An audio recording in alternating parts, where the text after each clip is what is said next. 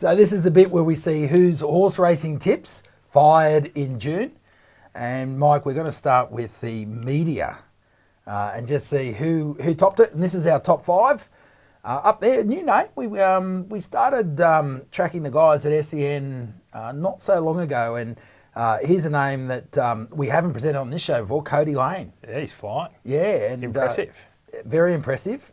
Great pot there, 133% at $6.98 average price. Got to be happy with that. What's he doing his best work in Sydney? Yeah, so he is the Sydney specialist, basically, with SEN Track. Good. Guys over there. Picked up an internship there.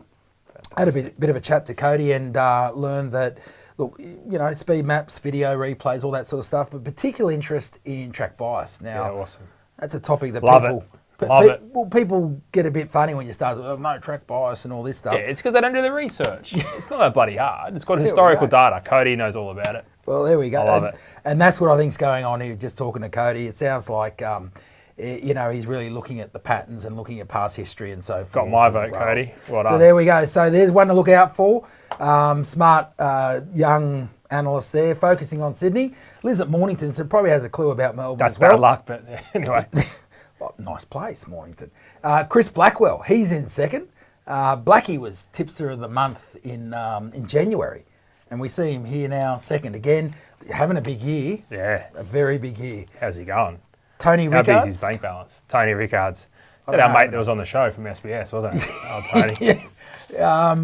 Porno was a movie. I actually watched that movie since we spoke last. I'm not sure. Not bad. Tony goes well. And Brett Davis. Yep. SA caller with Sky Racing. He's had another bumper one. He was in Hong Kong for a while, right? He was in Hong Kong for a while. Brett came up on our show about 3 or 4 weeks ago. So he's having a good year. And while we're on the subject about SA form analyst, James Jordan from racing.com. Yeah.